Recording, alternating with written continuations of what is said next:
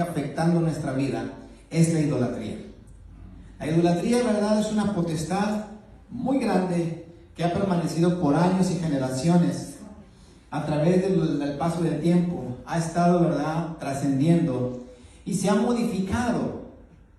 Antes eran estatuas, eran animales que adoraban y ponían toda su fe y su confianza en esas cosas, tanto así, ¿verdad?, que se llegaban a olvidar del Dios verdadero.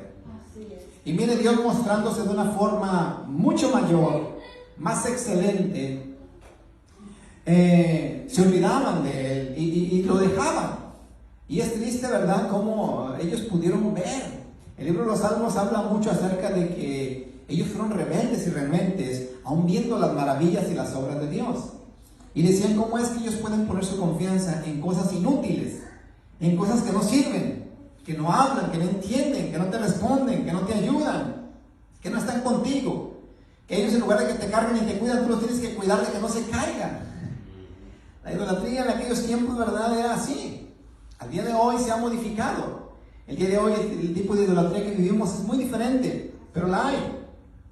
La hay. Y nosotros, precisamente dentro de la iglesia, tenemos la responsabilidad de ir y encontrar y cazar ese tipo de potestades y demonios y sacarlos fuera de la vida de las personas, porque ha destruido naciones y reinos, ha destruido generaciones. Una persona que es idólatra, eso lo transmite a su generación y su otra generación y se va pasando. Y nos damos cuenta a través de la Biblia cómo Dios descubre la identidad y la forma de ellos. ¿Qué son? ¿Para qué son? ¿Cómo trabajan? ¿Cómo actúan? ¿Cómo destruyen? Pero aún así, ¿verdad?, la gente conociendo y enseñándoles a través de los ejemplos que la palabra de Dios nos enseña, podemos ver que aún así la gente todavía sigue enceguecida, sigue creyendo en ello y sigue poniendo su confianza en ello.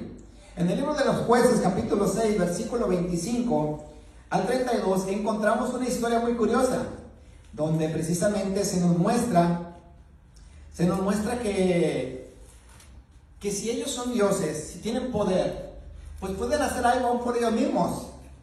Pero ahí la Biblia relata claramente que no pueden hacer nada por sí mismos ellos.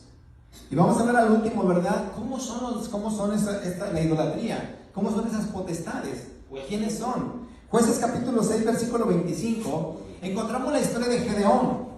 Gedeón, cuando Dios le hace un llamado, Dios empieza a manifestar a él. Y Gedeón, como sabía que había muchos dioses y había muchas deidades en aquellos tiempos, él quería asegurarse de que era verdaderamente el Dios verdadero el que le estaba hablando y el que se estaba manifestando a él. Israel una vez más había vuelto a la idolatría y los enemigos de ellos se habían vuelto en contra de ellos, y dice que les estaban quitando el pan, les estaban quitando la paz. Ellos no podían, ¿verdad?, cosechar algo o sembrar algo y después cosecharlo, porque venían y se lo robaban. Mire qué triste, ¿verdad? Después de estar en una tierra abundante donde Dios los introdujo y no tenían necesidad de nada, ahora tenían que ellos esconder el pan propio que sembraban para que no se lo robaran. ¿A dónde el enemigo, verdad, nos lleva enceguecidamente, engañados?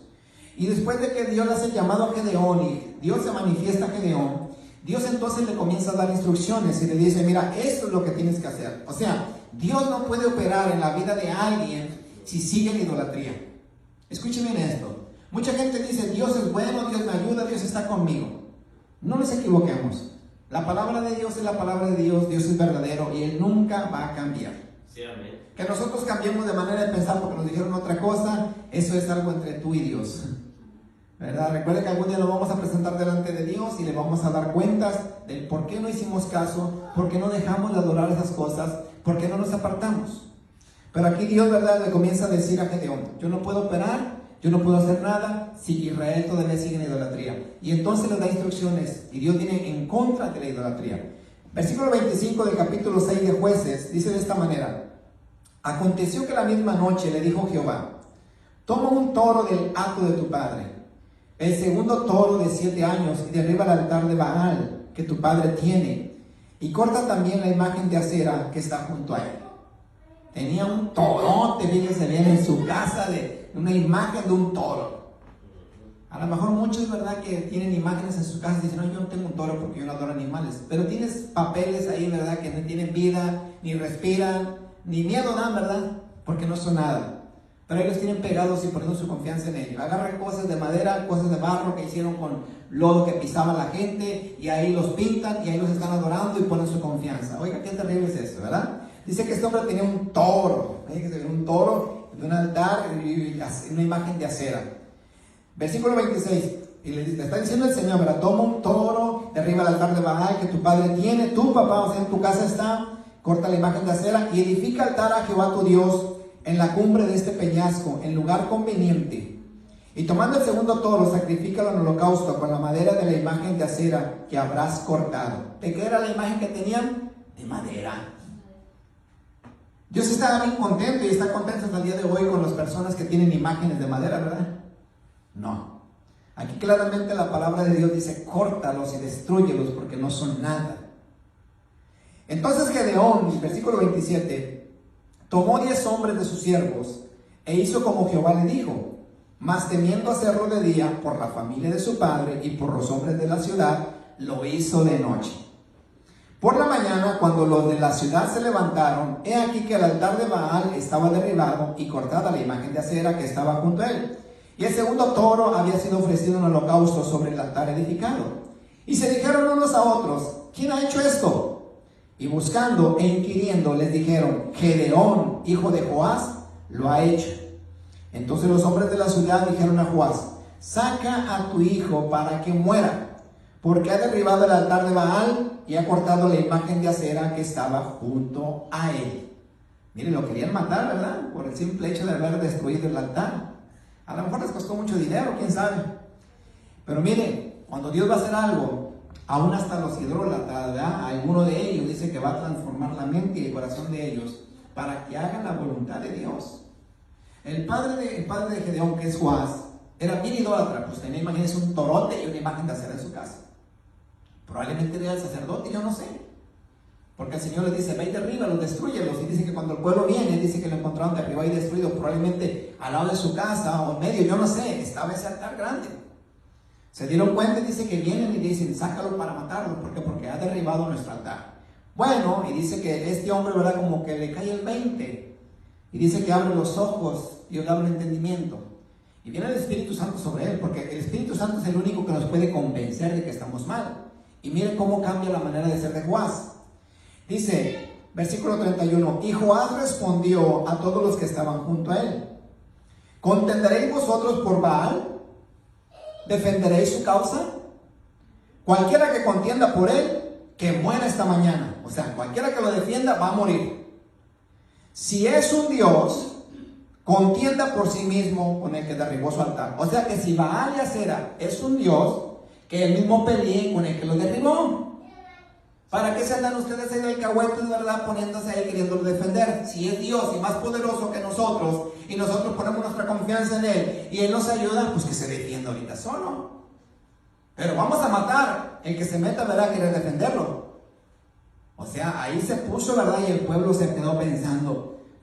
Me imagino que se encontraron en ese momento, como aquel tiempo cuando Jesús estuvo y le pusieron una mujer adúltera, y le dijeron, a ver, vamos a matarla, y vamos a hacer esto, y vamos a hacer el otro. Y Jesús simplemente nada más le dijo, el que esté limpio de pecado, que arroje la primera piedra. Y dice que empezaron todos a salir, desde el más viejito hasta el niño. Le dijo, si es Dios, que se defienda. ¿Que acaso nosotros no ponemos nuestra confianza en Él? ¿Que no le estamos trayendo pan y vino y comidas y cosas? ¿No estamos trayendo ofrendas? Ahora que se defienda, que haga algo Él por nosotros. Y dice que se fueron. Versículo 32. Aquel día Gedeón fue llamado Jerobal, ya no Gedeón, sino Jerobal. Esto es, contienda Baal contra él por cuanto derribó su altar. O sea, hubo un ¿qué? Un cortacabezas que le cortó la cabeza a Baal. Un cazademonios. Porque todo lo que hay detrás de cada imagen, de cada ídolo, de la idolatría, son demonios. Sí, sí. Eso lo dice Dios, no lo digo yo como pastor. Lea la Biblia, son demonios. Entonces, ¿verdad? Desde tiempos antiguos, la gente ha estado caminando y caminando con esos dioses. Muy similar hoy a este tiempo, nosotros hemos evolucionado, así lo llama la ciencia, ¿verdad?, la tecnología, con la gente de antes, de hace 400, 500 años para atrás, hoy la gente como que hasta se burla, ¿verdad? O hace así como, wow, yo no sé cómo pudimos llegar a subsistir o a sobrevivir, habiendo tanta ignorancia y no tanta ciencia como antes. Y hoy desestimamos a los que antes no tenían esto y decían, a lo mejor por eso no progresamos tanto, porque no salió una mente brillante para poder hacer lo que tenemos hoy. Y la idolatría también se evolucionó. Vuelvo a repetir, ya no es como un palo de madera, ya no es como un animal que tenemos en las casas, pero ahora la idolatría se ha reformado. Se ha reformado, ha cambiado. Ahora tenemos otras cosas que adoramos. Ahora tenemos otras cosas en las cuales ponemos nuestra confianza. Y claramente a lo mejor usted ya está pensando, pues sí, el dinero es una idolatría, porque lo idolatramos. Si nos hace falta, sentimos que nos morimos. Si nos hace falta, sentimos que nos van a correr de la casa, nos van a quitar el carro, la familia ya no nos va a querer porque estamos acostumbrados a cada fin de semana a hacer fiestas grandes, no falta el vino, no falta la cerveza, no faltan los amigos, pero algún día me va a faltar el dinero y tengo que trabajar mucho. Hoy hay otra clase de idolatría. Toda cosa a la cual nosotros le rendimos nuestras fuerzas, nuestra dedicación, nuestra entrega, eso es precisamente lo que demanda la idolatría, entrega completa, confianza completa sobre esas cosas. Y en 1 Reyes capítulo 18-21 encontramos también una contienda. Dios vuelve otra vez a contender, ¿verdad?, con el pueblo de Israel y por el mismo problema, la idolatría.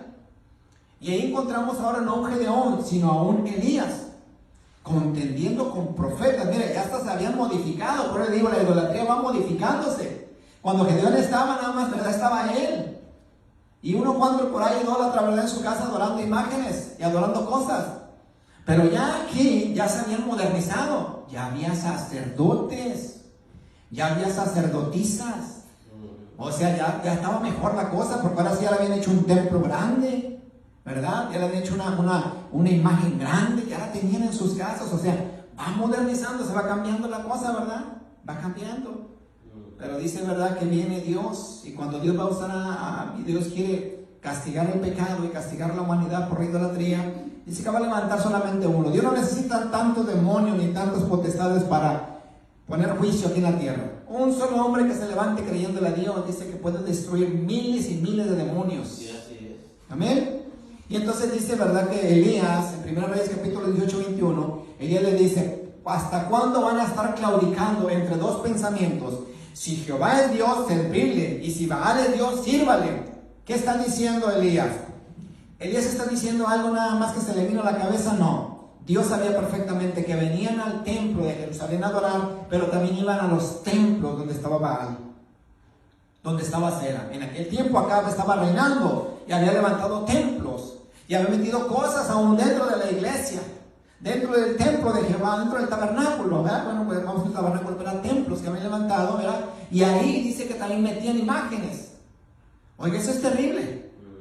Es terrible, ¿verdad?, que estén adorando a Dios y adorando los mismos ídolos. Eso era una burla, escarnio, podríamos decir, una bofetada que le podemos dar a Dios cuando decimos estar sirviendo a Dios de corazón y tenemos otras cosas a las cuales amamos más. Y entonces, ¿verdad?, él dice, si Jehová es Dios, sírvanle, y si Baal es Dios, sírvanle, o sea, decídanse. Entonces está diciendo ahí, Dios a través de Elías, está diciéndole al hombre, tu pensamiento está dividido. Tu pensamiento está dividido, no sabes a quién verdaderamente quieres servir. No me puedes servir a mí. Y Jesús habló específicamente lo mismo que habló Elías. Lo mismo. No podéis servir a Dios y a las riquezas. O sea, nuestra mente está dividida. No podemos decir servir a Dios y amar más a la familia. Decir servir a Dios y amar más el trabajo. Decir servir a Dios y amar más nuestro propio cuerpo. Porque hay gente que ni va a la iglesia porque dice, y el tiempo de ir allá es el tiempo que tengo que ir al gimnasio, es el tiempo que ir a hacer esto con los amigos y esto. Y ponemos otras cosas como excusas. Ahí está tu idolatría. A través de estos tiempos, mi amado hermano, la idolatría ha ido modificándose. Y el apóstol Pablo también se encontró con ese problema. Ya el apóstol Pablo ahora habla seriamente y les dice qué es lo que hay detrás de la idolatría. En Salmo 105 también, ¿verdad?, nos dice, claramente que los ídolos no hablan, no ven, no oyen, no caminan, los tienen que cargar. Y así es cierto, muchas de las veces nosotros en el tiempo de antes, cuando vivíamos en idolatría, poníamos nuestra confianza en esos dioses. Y le pedíamos a tal santo, le pedíamos a tal santo patrón, ¿verdad? Y veníamos y teníamos que trabajar duro, le pedíamos, pero después veníamos y teníamos que trabajar duro. Y cuando nos resultaba, ¿verdad?, el trabajo o lo que estábamos haciendo, veníamos y le dábamos las gracias a ellos. Oiga, si usted va a recibir por gracia algo, lo va a recibir nada más así. Si usted va a trabajar, pues entonces ¿qué chiste tiene que trabaje, verdad? Pues en realidad no se lo dio ese santo, sino su propio esfuerzo. Pero aquí hay algo más todavía que adorar una imagen o poner nuestra confianza en una imagen. Aquí hay algo, ¿verdad?, muy escondido. Mire, el apóstol Pablo en el libro de Romanos les habla y les dice que no hagamos lo mismo que hicieron nuestros padres. Y cuando habla el apóstol Pablo ahí, en ese tiempo presente, a toda la iglesia, le está hablando de nuestras generaciones pasadas. Hoy, los predicadores de hoy, en este tiempo que estamos hablando, como el apóstol Pablo, estamos diciendo también lo mismo: no hagamos lo mismo que nuestros padres. Porque muchos de ellos perecieron y cayeron y murieron, muchos de ellos. ¿Por qué? Por causa de la idolatría, de ser rebeldes. Capítulo 10 de Primera de Corintios, encontramos que el apóstol Pablo también empieza a refutar, o sea, a pelear y a dialogar, a contender en contra de los que están haciendo la idolatría. Capítulo 10 de Primera de Corintios, versículo 7, primero dice así: no seáis idólatras, como algunos de ellos, según está escrito, se sentó el pueblo a comer y a beber y se levantó a jugar. Mire bien esto. Estaban ¿qué? Comiendo y bebiendo y jugando en un tiempo donde Dios los había sacado. Ellos necesitaban ver algo. Cuando Moisés, ¿verdad?, dice que subió al monte a recibir las tablas de la ley, por 40 días ellos pensaron que Moisés, Dios se lo había llevado. ¿Sabe una cosa? Probablemente por ahí un loco con un disparate salió: es que los dioses, el Dios que nos sacó de la tierra de Egipto, le mandaba un sacrificio y Moisés fue el sacrificio. Levantemos un altar a un Dios para darle gracias porque nos sacó de la esclavitud. ¿Cree usted que no pensaron eso? Oiga, hermano, la Biblia no dice eso. Piense usted cómo pensaban ellos en ese momento. ¿Por qué se levantaron a correr, a cantar y a estar bebiendo y comiendo? Porque estaban contentos de que habían salido de la esclavitud, pero su imaginación los llevó más allá de pensar, porque antes los sacrificios, ¿verdad?, eran demandables por los dioses que los ayudaban. Amén. Y muchos de ellos llegaron a pensar: Moisés ya murió, y la Biblia dice en uno de sus versículos: Moisés ya murió, haznos un Dios, el Dios que nos sacó. ¿No le dijeron eso a Aarón? Haznos un Dios. Ahí empezó, ¿verdad? Aarón dice, aventé estas cosas y salió esto. Pero dice el apóstol Pablo: no sean idólatras. Que el pueblo se levanta a jugar y a hacer cosas, y es lo malo, ¿verdad? Cuando la vida te está yendo bien, cuando Dios te sacó de la esclavitud y ya no estás en la vida que estabas antes, a veces te olvidas de Dios y comenzamos a jugar con Dios. Ahora que estamos libres, ahora sí, como decimos, hacemos lo que queremos. Antes teníamos limitaciones, antes teníamos más miedo, ¿verdad?, a las imágenes que teníamos. Ahora que venimos al cristianismo, conocemos a Jesús, ahora nos revelamos más. Antes le decían: no vas a ir a hacer la fiesta al santo patrono, es que no tengo dinero. Pues más te vale, porque si no, ya sabes, no va a llover lluvia, se te va a acabar el trabajo. Y mire, yo no sé cómo lo hacían, pero sacaban dinero. Hoy le preguntamos a la iglesia: hermano, ¿no ha ofrendado, no ha diezmado? Pues que no ve que no he trabajado, que no ve que no me alcanza. Y no le podemos decir: Dios te va a castigar porque se ofenden y se van de la iglesia. No podemos hablar de rateros dentro de la iglesia porque se ofenden. Pero antes les decían, ¿verdad? No, te va a castigar el santo patrono, te va a castigar la virgen de no sé qué. No, corrían pronto. Y ellos sabían cómo sacaban, ¿verdad? Para poder hacerlo. Entonces dice el versículo 7 nada más: no sean idólatras como algunos de ellos, según está escrito, se sentó el pueblo a comer, a beber y se levantó a jugar. Versículo 14, nos brincamos en 14. Por tanto, amados míos, huid de la idolatría. Como a sensatos les hablo. O sea, no se embriaguen, porque la idolatría te embriaga, te ciega, no te deja ver lo que estás haciendo. Como a sensatos les hablo, juzgad vosotros lo que les digo. La copa de bendición que bendecimos, porque usaban instrumentos, usaban cosas. Acuérdense, utilizaban charolas, utilizaban vasos, utilizaban alimentos que comían, que le ofrecían a los demonios. Y el apóstol Pablo toma ese mismo ejemplo para ahora nosotros los cristianos, porque hay idolatría dentro de la iglesia. Otro tipo de idolatría, no de imágenes, pero hay otro tipo de idolatría. Y el apóstol Pablo se va directamente, como dice, al grano. Vámonos al grano, porque aquí también hubo un sacrificio, en lo espiritual también hubo un sacrificio, y nosotros participamos de ese sacrificio. No podemos estar como en el tiempo de Elías, dentro del templo y adorando a Astarot, a Sera y a Baal. No podemos estar pensando en otras cosas, poniendo nuestra confianza en otras cosas y también diciendo que tenemos nuestra confianza en Dios. Y le dice el apóstol Pablo, la copa de bendición que bendecimos, ¿no es la comunión de la sangre de Cristo? El pan que partimos, ¿no es la comunión del cuerpo de Cristo? Y les empezaba, ¿verdad?, la mente a trabajar. Pues sí, es cierto, ¿qué estamos haciendo? El apóstol Pablo sabía lo que estaba diciendo, ¿verdad?, con el pueblo. Fíjense bien, lo que la comunión que tenemos de la sangre y del cuerpo con Él es algo santo, es algo sagrado. No podemos nosotros estar participando de las cosas inmundas, porque a ellos se les hacía fácil, hermanos, agarrar comida que había sido sacrificada a los ídolos, cosas, y se las comían. Dice, ¿cómo ustedes pueden estar haciendo eso? Si saben perfectamente que fue sacrificado a los ídolos, ¿por qué participan? Siendo uno solo el pan, versículo 17, siendo uno solo el pan, nosotros con ser muchos somos un cuerpo, pues todos participamos de aquel mismo pan. O sea que en el momento que usted participa de ¿qué? Del pan y del cuerpo, que es la Santa Cena, usted está diciendo, yo tengo comunión con Cristo. Amén. Con Cristo. Aleluya. Pero mira, Pablo, ¿verdad? Es tremendo. Dice, ya sé que están pensando que tenemos comunión con Cristo. Ahí les va la piedra. Mirad a Israel según la carne.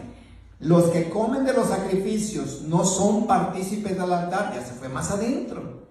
Ya no estaba acá, ¿verdad?, en el lugar santo, sino se fue ahora hasta el lugar santísimo, el apóstol Pablo. Y le dice, ¿qué no tenemos la comunión cuando participamos del pan y del vino con Cristo? Sí, ok. Ahora los sacerdotes cuando comen de lo sacrificado, porque comían, recuerde que el sacrificio que traían de animales, una parte era para quemarlo, ¿verdad?, en holocausto a Jehová, y otra parte dice que era para ellos, participaban también. Dice, mirad a Israel según la carne, los que comen de los sacrificios, ¿no son partícipes del altar? ¿Cuál altar? Pues nosotros tenemos un altar donde está la presencia de Dios, ¿verdad? Y mire, ¿qué digo pues? ¿Que el ídolo es algo o que sea algo lo que se sacrifica a los ídolos? Antes digo que lo que los gentiles sacrifican a los demonios, lo sacrifican y no a Dios. Y no quiero que vosotros os hagáis partícipes con los demonios. Si tú estás en la iglesia y tú dices, yo participo de la comunión del cuerpo y de la sangre de Cristo y con los hermanos, y yo como del altar, porque cuando usted viene aquí al altar, ¿verdad?, que es el lugar santísimo, usted ofrenda su vida y participa de las bendiciones espirituales que hay en el altar. Y qué triste, ¿verdad?, poder decir hoy los pastores que mucha gente no viene a los altares a orar. Dice, cuando venimos como Israel y los sacerdotes al altar, están participando de lo sacrificado, de la ofrenda que le damos a Dios. Y cuando usted viene, ¿verdad?, y ora en el altar, dice que nuestras oraciones son como ¿qué? Olor fragante delante de Dios, un sacrificio. Estamos participando en ese momento, estamos conectándonos con la misma presencia de Dios. Y dice, no quiero que ustedes también participen como lo participan los idólatras, que ellos también tienen sus ídolos, y cuando vienen acá, ¿verdad?, donde están sus ídolos, a sus altares, porque ellos también tienen altares, se hacen uno con ellos, se juntan con ellos, hablan como ellos, quieren ser como ellos. Dijo, no, esto no debe ser así. Versículo 21, no podéis beber la copa del Señor y la copa de los demonios. Entonces, el tener idolatría en el corazón, el tener cosas en su casa que son anatemas, inútiles, que no le sirven, cosas que usted dice, es que me trae un recuerdo hermoso tener esto en mi casa, mire, en la foto de alguien, bueno, yo no sé, ¿verdad?, es algo personal, pero hay mucha gente que ha pasado por momentos tristes, difíciles, y guarda cosas cosas personales de aquel muerto, mucho cuidado, porque si eso te está lastimando y no te está alegrando el corazón de decir, tengo algo que me recuerda un tiempo que estuve con esta persona o que vivió entre nosotros un abuelito, un padre, una madre, yo no sé. Si eso te trae dolor y tristeza y no te da alegría de decir, está en la presencia del Señor y le doy gracias a Dios porque pude estar conviviendo con esta persona, si no te trae eso y solamente te pones a llorar y te pones siempre a hablar de esa persona y quieres ser como esa persona y siempre lo sigues honrando y hablas mucho de él por donde quiera, ten cuidado, porque se ha hecho un ídolo en tu corazón.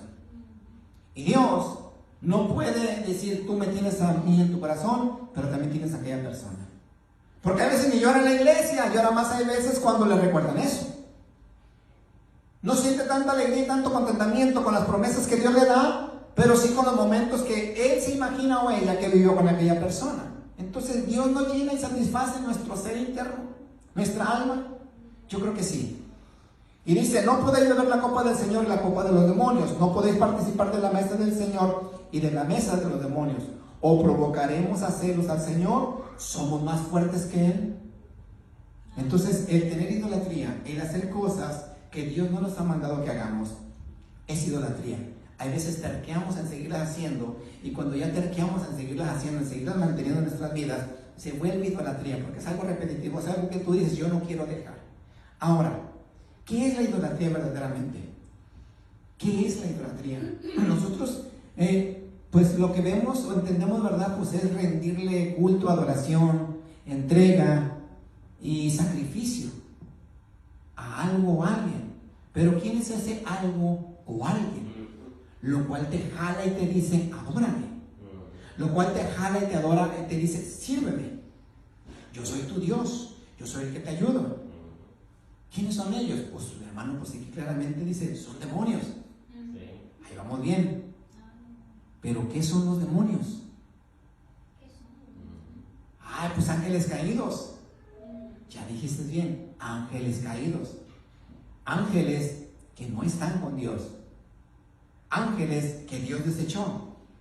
Pero ellos ¿qué buscan? Porque hay ángeles buenos y ángeles malos. Dice el apóstol Pablo, estos que ustedes adoran son demonios.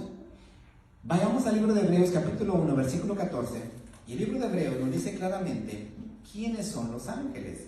Hebreos capítulo 1 versículo 14 dice de esta manera.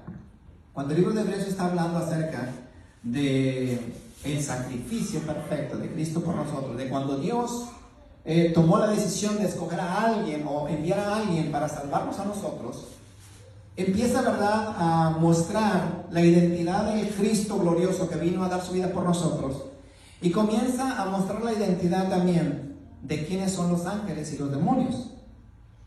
Dice el versículo 13 y 14. Dice, pues, ¿a cuál de los ángeles dijo Dios jamás, siéntate a mi diestra hasta que ponga a tus enemigos por estrado de tus pies? ¿No son todos espíritus ministradores enviados para servicio? Fíjese bien, espíritus ministradores. ¿Qué es un ministrador? ¿Qué es un ministrador? Es alguien que te está dando, te está sirviendo, te está ayudando. Eso es un ministrador, ¿verdad? Usted, vamos a decirlo así, una computadora, se le llama servidor, ¿verdad? ¿Por qué? Porque te está sirviendo. Tú le picas y él te da la información, él te da todo lo que tú quieres. Un ángel es un ministrador, te da lo que tú quieres. Porque los ángeles son los que te traen las cosas, no el Espíritu Santo. El Espíritu Santo tiene su trabajo. Los ángeles son los que están encargados de abrir, ¿verdad?, de entrar al cielo, traer las cosas, traer palabra, traer mucho, todo. ¿Por qué? Porque dice, son espíritus ministradores enviados. Son enviados de parte de Dios los ángeles para servicio, servir, a favor, ¿qué está diciendo? Ayudar a los que serán herederos de la salvación. Esos son los ángeles de Dios. Pero ahora si nos vamos al lado oscuro, los demonios también son ángeles. Ángeles caídos, espíritus caídos, que también están, dice, ministrando y sirviendo a los que serán herederos del infierno, de la perdición. Porque ese es su trabajo. Ningún ángel ha perdido su potestad. Aunque fue derribado y destituido del cielo, ellos se trajeron lo que Dios les dio. Claramente la palabra de Dios dice que los dones son irrevocables porque a ningún ángel le quitó lo que Dios le dio. La potestad que Dios le dio. Ni a un Satanás. Por eso es el padre de mentira. Por eso es el protector, el ángel protector. Cuando su ejército se ve intimidado y amenazado, dice que él baja a defenderlos. Entonces, Pablo dice, lo que ustedes adoran como idolatría y tienen como imágenes y adoran y sirven y se entregan sobre ello, son demonios que demandan que les den sacrificios. ¿Por qué? Porque dice, creen o quieren ser como Dios. El mismo engaño que Satanás le dijo a sus ángeles es el mismo engaño que él mismo se fabricó cuando dijo, y seré como Dios, y seré como el Altísimo. Y por ello los demonios fueron transitados con ese mismo pensamiento y caminan sobre ello, de que quieren recibir adoración porque creen que son dioses y ayudan a la gente. Y por eso mucha gente dice, el santo esto, la virgen esta me ayudó. Claro, claro que sí. Nadie puede negar que los ángeles no pueden hacer milagros. Claro que los pueden hacer porque son ministradores, porque están a favor y servicio del ser humano, en lo bueno o en lo malo. Jehová Dios dice, hizo lo bueno y lo malo. Aunque nosotros a veces nos inclinamos por lo malo. Entonces, mis amados hermanos, la idolatría es estar adorando a alguien que tiene menor rango de autoridad que nosotros. Dice, a nadie de los ángeles le dijo, mi hijo eres tú. Pero oiga bien, nosotros tenemos el privilegio y la autoridad y el nombre, dice el libro de Juan, que nos dio la potestad de ser hechos hijos de Dios, no ángeles, hijos de Dios. Y por ello Dios pelea en contra de la idolatría. ¿Cómo puedes tú, verdad, rendirle o darle las gracias a tu trabajo por lo que tienes, a tu esposa por lo que tienes, o a tu esposo, cuando yo soy el que te doy todo? Dios demanda la adoración directamente a Él y no a cosas que son menores que nosotros. Todos tenemos la capacidad de hacer mucho en esta vida y hay veces agarramos y se lo entregamos a algo insignificante y perdemos el tiempo por mucho tiempo, y lo único que van a hacer los demonios es empobrecernos, arruinarnos, porque eso es lo que trae la idolatría: ruina, divorcios, muerte a los matrimonios y a las familias y a la sociedad. Y hoy Dios nos está diciendo, no puedes tú adorar ángeles. La Biblia claramente registra que en los tiempos pasados, cuando ángeles venían y se les aparecían a siervos que Dios estaba llamando, el ángel prontamente le decía, ponte de pie, porque en ese momento un ángel, ¿verdad?, podía ser enjuiciado por Dios, porque claramente no puede recibir adoración a un ángel. Y cuando nosotros, dice el apóstol Pablo, adoramos o tenemos idolatría, estamos rendiendo culto a los demonios, y eso trae juicio. Y hay mucho juicio en este tiempo para mucha gente que ha puesto su confianza en sí misma, en cosas materiales. Por ello Dios en esta noche nos está llamando a tomar y a renovar nuestro pacto que tenemos con Él, la Santa Cena, el pacto del cuerpo y de la sangre de Cristo. Vamos a orar en esta noche, hermanos. Y si alguien por ahí todavía sigue teniendo cosas inútiles en su casa, o está rindiendo, ¿verdad?, está rindiendo sus fuerzas, su esfuerzo, su dedicación, aún su familia, a cosas inútiles. Estoy hablando de idolatría ya modificada. Ya no tiene monos, ya no tiene cosas de madera, pero tiene en su corazón ideas que lo van a llevar a perderse.